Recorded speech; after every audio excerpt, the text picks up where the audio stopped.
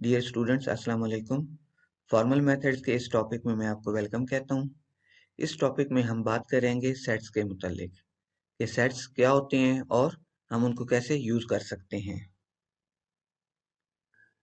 अब होता क्या हमारे पास कि मेजॉरिटी ऑफ द टाइम्स हमारे पास ऐसी एप्लीकेशंस आती हैं जो कि डील कर रही होती हैं कलेक्शंस ऑफ डेटा के साथ।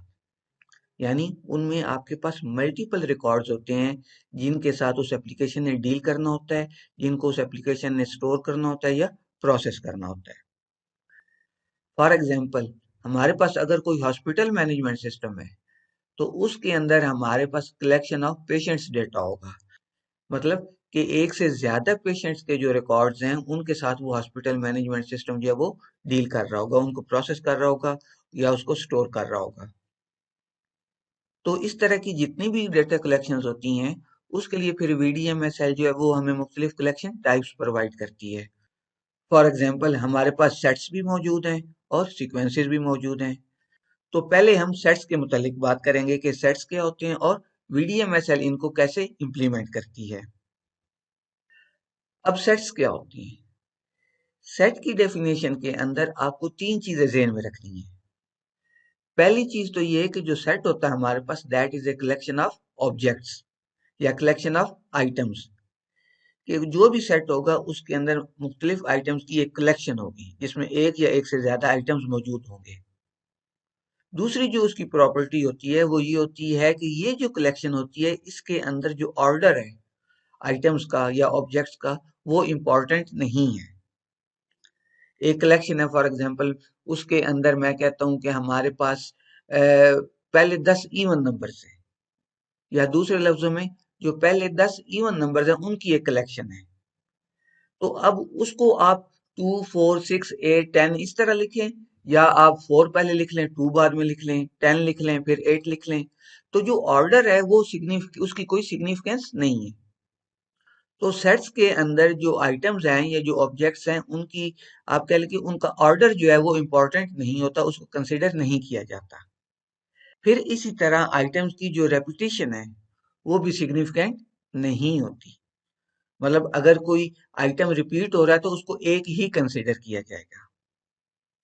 तो ऐसे तमाम सिनेरियोज या ऐसी तमाम एप्लीकेशंस जिनमें कि आपने कलेक्शन ऑफ आइटम्स के साथ डील करना होता है, फिर आपके पास उन आइटम्स की आप कह लें कि उनका ऑर्डर भी इंपॉर्टेंट ना हो और उनकी रेपुटेशन जो है वो भी इंपॉर्टेंट ना हो, तो फिर ऐसे तमाम सिनेरियो में हमारे लिए जो आइडियल डेटा टाइप या आइडियल आप कह लें कि कंस्ट्रक्ट जो है जिसे आप यूज कर सकते हैं, वो कौन सा कंस्ट्रक्ट है?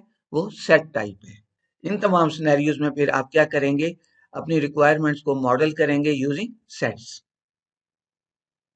अब इसकी एग्जांपल जैसे मैंने आपको पहले बताई कि हमारे पास कलेक्शन ऑफ पेशेंट्स, ठीक है, जो कि किसी भी डॉक्टर के पास रजिस्टर्ड हैं किसी सर्जरी के लिए।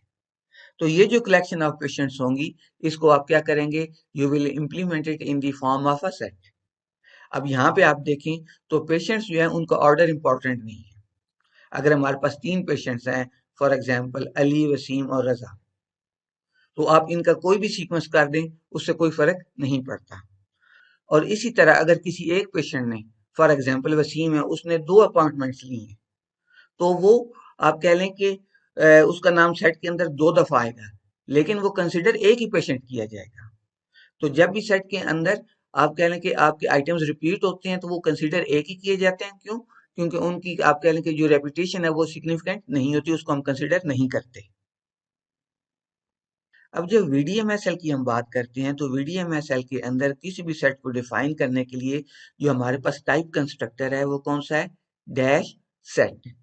यानी पहले आप एक डैश का सिंबल लगाएंगे और उसके बाद आप सेट का कीवर्ड यूज करेंगे। फॉर एग्जांपल, यहाँ पे हमारे पास एक वेरिएबल है अ नंबर, और ये हमारे पास इसकी टाइप क्या है? ये नेचुरल नंबर है। इससे पहले हम पढ़ चुके हैं, जो ये हमारे पास कैपिटल एन होता है जिसमें कि डायगोनल जो है ये डबल लाइन होती है, it represents a natural number. तो यहाँ पे आप देखें कि अ नंबर का जो वेरिएबल है इसको हमने इसकी जो टाइप बताई है वो क्या बताई है कि ये एक नेचुरल नंबर है। अब अगर हमने नेचुरल नंबर्स का एक सेट बनाना है, फॉर एग्जांपल मैं उसका नाम रखता हूँ सम नंबर्स, तो फिर आप क्या करेंगे? जो टाइप है उसके साथ आप वो टाइप कंस्ट्रक्टर यानी डैश और साथ सेट का कीवर्ड ये यूज करेंगे। तो जब आपने ये चीज यूज कर ली तो इसका मतलब है कि अब जो सम नंबर्स का वेरिएबल है it is representing a set of natural numbers. इसी तरह अगर मैं बनाना चाहता हूँ सेट ऑफ इवन नंबर्स तो मैं क्या करूंगा, वो वेरी उस सेट का नाम लिखूंगा इवन नंबर्स और साथ कॉलन, और चूंकि ये हमारे पास नेचुरल नंबर्स होते हैं और साथ उसका टाइप कंस्ट्रक्टर डैश सेट। तो अब इवन नंबर्स क्या है, ये मेरे पास एक सेट बन गया है और इसके अंदर वो नेचुरल नंबर्स होंगे जो कि इवन है। ठीक हो गया। इसी तरह हमने यहाँ पे सम अदर नंबर्स के नाम से एक सेट बनाया है और इस सेट के अंदर कौन से आइटम्स होंगे, इंटीजर्स। ठीक है, क्योंकि आपको पता है ना कि इंटीजर्स को हम जी से रिप्रेजेंट करते हैं और आगे ये उसका टाइप कंस्ट्रक्टर। अच्छा, अभी तक जो हमने सेट बनाए हैं वो हमारे पास पहले से बिल्ट इन डेटा टाइप्स थी, उनके हमने सेट्स बनाए हैं। फर्ज करें मैं एक कस्टम टाइप का सेट बनाना चाहता हूँ, एक यूजर डिफाइंड डेटा टाइप का सेट बनाना चाहता हूँ, तो जिसके अंदर के जो एलिमेंट्स होंगे उनकी जो डेटा टाइप होगी वो कोई यूजर डिफाइंड डेटा टाइप होगी। तो उसके लिए फिर आप क्या करेंगे, पहले टाइप्स की क्लॉज यूज करेंगे, वो टाइप बनाएंगे। जैसे यहाँ पे हमने डे के नाम से एक टाइप बना ली है, इसके अंदर कोड टाइप के अंदर आप उसकी वैल्यूज एंटर कर देंगे टिल संडे, और उसके बाद फिर आप क्या करेंगे, सेट का नाम लिखेंगे, फिर कॉलन का सिंबल लगाएंगे। आपको पता है ना ये कॉलन का सिंबल जो है ये किसको रिप्रेजेंट करता है, इज टाइप ऑफ। फिर आप उस टाइप वो टाइप बताएंगे और साथ ये डैश सेट जो हमारे पास टाइप कंस्ट्रक्टर है। अब इसका क्या मतलब है कि important days is a type of set that contains day type elements. ठीक हो गया। अभी तक जो हमने बात की है वो बात की है सेट डिक्लेरेशन की, यानी आप सेट्स को डिक्लेयर कैसे करेंगे वीडीएमएसएल के अंदर। अब हम बात करते हैं सेट्स की डेफिनेशन की, यानी वीडीएमएसएल के अंदर सेट्स जो है आप डिफाइन कैसे करते हैं, उनको रिप्रेजेंट कैसे करते हैं। तो उसके लिए फिर हमारे पास मुख्तलिफ तरीके हैं, हम उनको बारी बारी देखेंगे।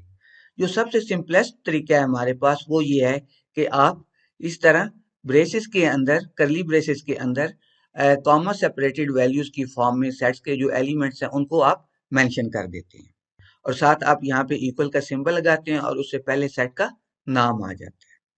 जैसे यहाँ पे हमारे पास एक सेट है, कौन सा, सम नंबर्स, और उसके एलिमेंट्स कौन से हैं, 2, 4, 28, 19 और 10। इसी तरह हमारे पास एक सेट है इंपॉर्टेंट डेज के नाम से, उसके अंदर हमारे पास कौन से एलिमेंट्स हैं, 3 एलिमेंट्स हैं, फ्राइडे, सैटरडे, संडे, जिनको हमने कोड टाइप की फॉर्म में लिखा है। अब जैसे हमने पहले कहा था कि किसी भी सेट के अंदर जो एलिमेंट्स होते हैं उनका जो ऑर्डर है वो मैटर नहीं करता, उसकी कोई सिग्निफिकेंस नहीं होती। तो इसका क्या मतलब है कि ये सेट और ये सेट, ये दोनों आपस में इक्वल है, अगरचे उनका ऑर्डर डिफरेंट है। इसी तरह हमारे पास ये इंपॉर्टेंट डेज और ये इंपॉर्टेंट डेज, दोनों सेट्स जो हैं ये आपस में इक्वल हैं। इसी तरह हमने जब ये कहा था कि इनका ऑर्डर इंपॉर्टेंट नहीं है, वहां पे हमने ये बात भी की थी कि रेपुटेशन भी इंपॉर्टेंट नहीं है। तो अब अगर इस सम नंबर्स की आप बात करें तो यहाँ पे हमारे पास एक एलिमेंट, कौन सा, 2 वाला, ये रिपीट हो रहा है। ठीक है, तो रेपुटेशन की चूंकि कोई सिग्निफिकेंस नहीं होती तो इसका क्या मतलब है कि ये सम नंबर, ये सम नंबर्स और ये सम नंबर्स, ये तीनों सेट आपस में इक्वल हैं क्योंकि एलिमेंट सेम है। ठीक है, 2 यहाँ पे है, यहाँ पे भी है, 4 यहाँ पे है, यहाँ पे भी है, 19 इसमें भी है, इसमें भी है, 10 इसमें भी है और इसमें भी है। ठीक हो गया। इसी तरह हमारे पास ये सेट और ये सेट, ये भी आपस में आप कह लें कि इक्वल है। क्यों, क्योंकि यहाँ पे हमारे पास उन एलिमेंट्स की, आप कह लें कि उनका सीक्वेंस डिफरेंट था, यहाँ पे हमारे पास एलिमेंट्स रिपीट हो रहे थे और ये दोनों चीजें इंपॉर्टेंट नहीं है। तो बेसिकली जब एलिमेंट्स आपके सेम हो गए दोनों सेट्स के अंदर तो वो आपके सेट्स जो हैं वो आपस में इक्वल हैं, या उसको आप कह लें कि वो सेम सेट्स हैं। अभी हम इक्वल सेट्स की एग्जैक्ट डेफिनेशन भी देखेंगे कि इक्वल सेट्स क्या होती हैं। फिर हमारे पास बाज़ औक़ात इस तरह का भी सिनेरियो बन सकता है जिसमें कि सेट के जो एलिमेंट्स होते हैं, एक तो ये कि वो इंटीजर हो और दूसरा वो कंटिन्यूअस हो। वो कैसे, जैसे 1, 2, 3, 4 अप टू n। ठीक है, अब ये क्या है, एक तो इंटीजर्स भी हैं और ये कंटिन्यूअस भी हैं। इस तरह अगर मैं ये कहूँ 100, 101, 102, अप टू 1000। तो यहाँ पे भी आप देखें कि ये हमारे पास एक तो इंटीजर्स भी हैं और कंटिन्यूस भी हैं। तो इस तरह के सिनेरियो के अंदर आप किसी भी सेट को सब रेंजेस की फॉर्म में भी मेंशन कर सकते हैं। अब जैसे यहाँ पे हमारे पास सम रेंज के नाम से एक सेट है और इसको हमने सब रेंज की फॉर्म में लिखा है। वो कैसे कि सबसे पहले तो आप जो हमारे पास लोअर नंबर होता है जहां से वो सेट स्टार्ट हो रहा होता है, आप वो मेंशन करते हैं और फिर उस सेट के अंदर जो हाईएस्ट वैल्यू होती है आप उसको एंड पे मेंशन करते हैं। जैसे ये सम रेंज का जो हमारे पास सेट है, अब इसके अंदर कौन से एलिमेंट्स होंगे? 5, 6, 7, 8, 9, चलते चलते अप टू 15। ठीक है, तो ये जो सब रेंज है ये हमें एक सेट रिटर्न कर रही है जिसके अंदर ये तमाम के तमाम एलिमेंट्स मौजूद होंगे। इसमें एक चीज ध्यान में रखिए कि जो हमारे पास सब रेंज के अंदर जो आप मिनिमम एलिमेंट बताएंगे या जो सबसे छोटा एलिमेंट होगा वो भी शामिल होगा। ठीक है, और जो सबसे बड़ा एलिमेंट है वो भी शामिल होगा। यानी कि आपके पास वो जो रेंज है वो रेंज जहां से स्टार्ट हो रही है और जहां पे वो एंड हो रही है, वो दोनों एलिमेंट्स भी उसमें शामिल होंगे। तो ये जो हमारे पास सब रेंजेस होती हैं ये हमारे पास एक ऐसा सेट रिटर्न करती हैं जिनमें के उस रेंज के अंदर तमाम के तमाम एलिमेंट्स होते हैं, from first element to the last element. और इस इंक्लूसिव का क्या मतलब है कि जो फर्स्ट एलिमेंट है उसको भी आपने शामिल करना है और लास्ट एलिमेंट जो है उसको भी शामिल करना है। ठीक है, तो ये जो सब रेंज है ये बेसिकली हमारे पास ये वाला सेट रिटर्न कर रही है जिसमें 5 भी शामिल है और 15 भी शामिल है और इसके दरमियान जितने एलिमेंट्स हैं वो सारे के सारे शामिल हैं और ये कंटिन्यूस एलिमेंट्स हैं। ठीक है, अब एक चीज नोट करें कि हमने कहा था कि जो सब रेंज होती है वो एक कंप्लीट सेट रिटर्न करती है from first element to last element. लेकिन अब अगर हम जो लास्ट एलिमेंट है वो ऐसा एलिमेंट बता दें जो कि पहले एलिमेंट से अगर स्मॉलर है या उससे छोटा है, तो फिर क्या होगा? जैसे यहाँ पे हमने जो फर्स्ट एलिमेंट था वो 7 बताया और जो लास्ट एलिमेंट था वो हमने 6 बताया। अब हम क्या कह रहे हैं कि 7 से लेके 6 तक हमारे पास जो कंटिन्यूस एलिमेंट्स हैं या कंटिन्यूस इंटीजर्स हैं वो रिटर्न करो।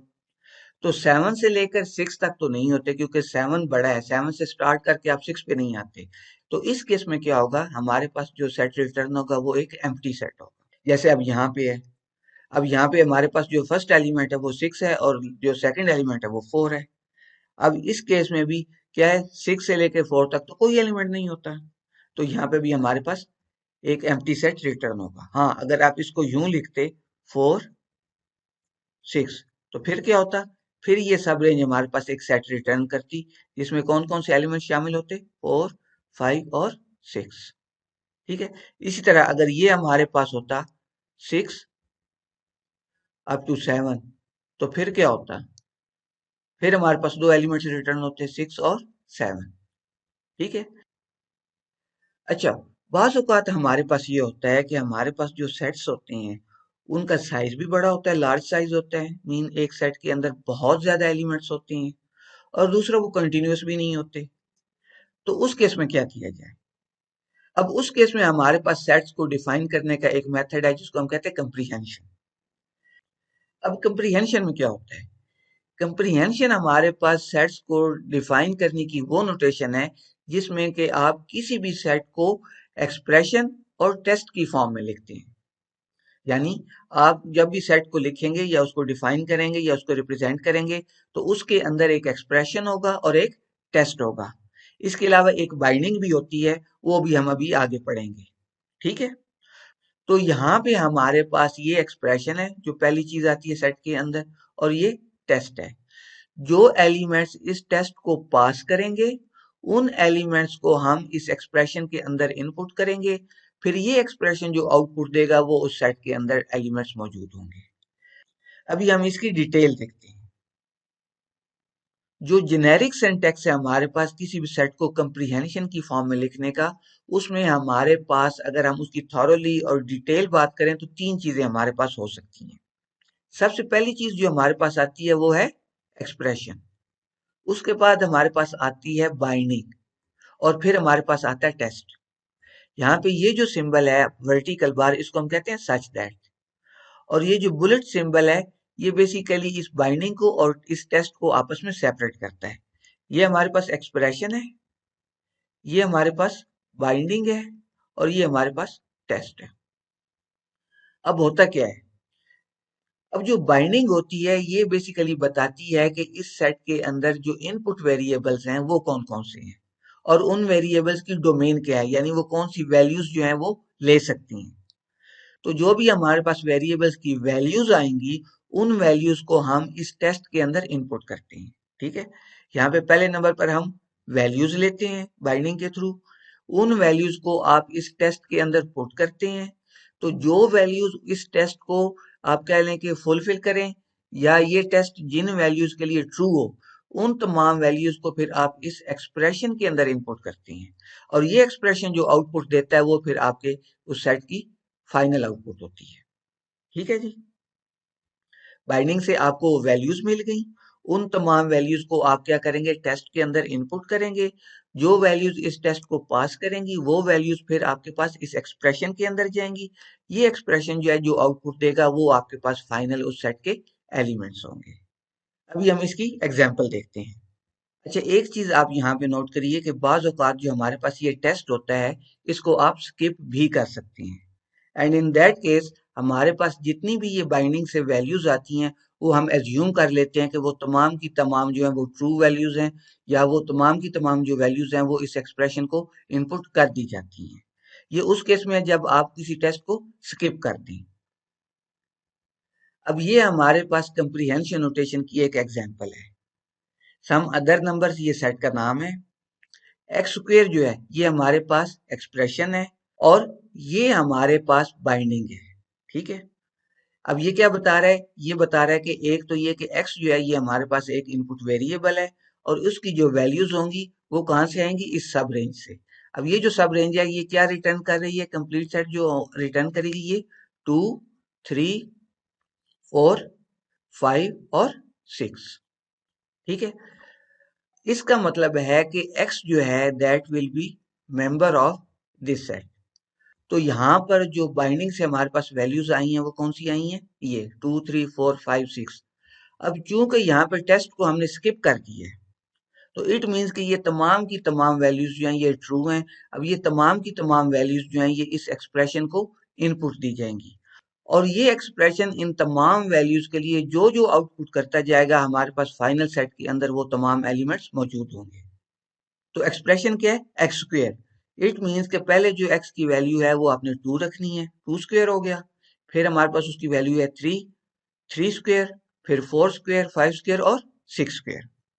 जब इसको आप एवेल्युएट करेंगे तो वो हमारे पास स्क्वेयर वैल्यू आ जाएगी, 2 square 4, 3 square 9, up to 6 square 36। यहाँ पे हमने टेस्ट को स्किप किया था। ठीक हो गया, तो बेसिकली ये हमारे पास जो सेट था ये वाला, इसको हमने कंप्रीहेंशन नोटेशन में इस फॉर्म के अंदर लिख लिया है। अच्छा, एक चीज नोट करें कि यहाँ पे बाइंडिंग के अंदर हमने बताया है कि जो हमारा इनपुट वेरिएबल है एक्स, उसकी वैल्यूज क्या क्या होंगी। आप बाज औकात बाइंडिंग के अंदर उस वेरिएबल की टाइप भी बता सकते हैं, जैसा कि हमारे पास ये इस केस में किया गया है।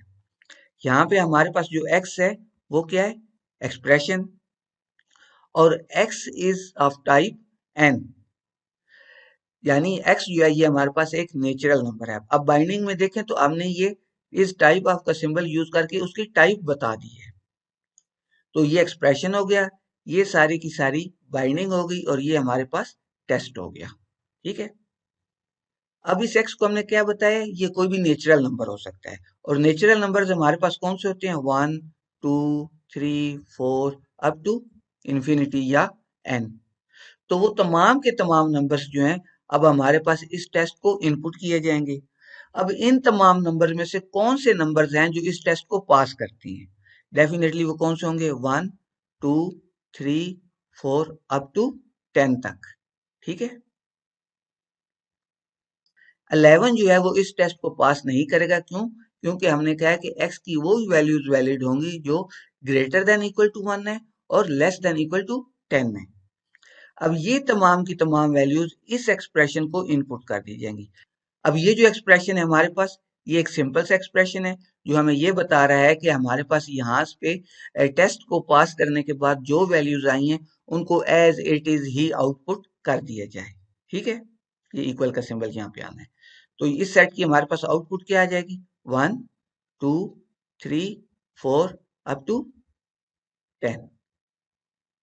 अब अगर यहाँ पे हम x की बजाय x क्यूब कर देते, या फॉर एग्जाम्पल हम x क्यूब की बजाय भी x प्लस 1 कर देते, फिर क्या होता? तो फिर ये जितनी वैल्यूज थी उनके अंदर 1 एक ऐड हो जाना था। फिर हमारे पास आउटपुट क्या आनी थी, जब हम 1 जो है इसको इस टेस्ट के अंदर इनपुट करते तो क्या आ जाता, 2। जब इस 2 को इस टेस्ट के अंदर इनपुट करते तो क्या आ जाता, 3। इसी तरह 4 और अप टू क्या चीज आ जाती, 11। यानी ये जो लास्ट 10 है इसको जब आप इस एक्सप्रेशन के अंदर इनपुट करते तो 10 प्लस 1 वो हमारे पास 11 आ जाता। ठीक है, अब बाज औकात हमारे पास इस तरह का भी सिनेरियो बन सकता है जिसमें कि हमारे पास जो सेट है उसका साइज इनफाइनाइट हो, यानी उसके अंदर जो टोटल नंबर ऑफ एलिमेंट्स हैं वो इनफाइनाइट हो। जैसे यहाँ पे हमें एग्जाम्पल गिवन है, अब यहाँ पे ये हमारे पास बाइंडिंग है सेट ऑफ इंटीजर्स, और टेस्ट हमें क्या कह रहा है कि वो तमाम इंटीजर्स जिनकी वैल्यू 0 से लेस है, यानी नेगेटिव नंबर्स, उसमें हमारे पास क्या क्या चीजें आ जाती हैं, -1 -2 -3 -4 अप टू -इन्फिनिटी। तो ये तो एक इन्फिनिटी सेट हो गया ना। तो चूंकि VDMSL की जो हमारे पास स्पेसिफिकेशंस होती हैं इन्होंने किसी कंप्यूटर के अंदर या किसी मशीन के अंदर इम्प्लीमेंट होना होता है, और मशीन्स के लिए इन्फिनिटी को इम्प्लीमेंट करना नामुमकिन होता है। तो इसलिए फिर VDMSL के अंदर इनफाइनाइट सेट्स की परमिशन नहीं होती, यानी जो इनफाइनाइट सेट्स हैं उनको आप VDMSL के अंदर मॉडल नहीं कर सकते। इट मीन्स के इस तरह का जो सेट है ये आपको VDMSL जो है इस तरह के सेट्स को मॉडल करने की परमिशन नहीं देगी। तो मुझे उम्मीद है कि इन कंसेप्ट की आपको समझ आ गई होगी। अल्लाह हाफिज।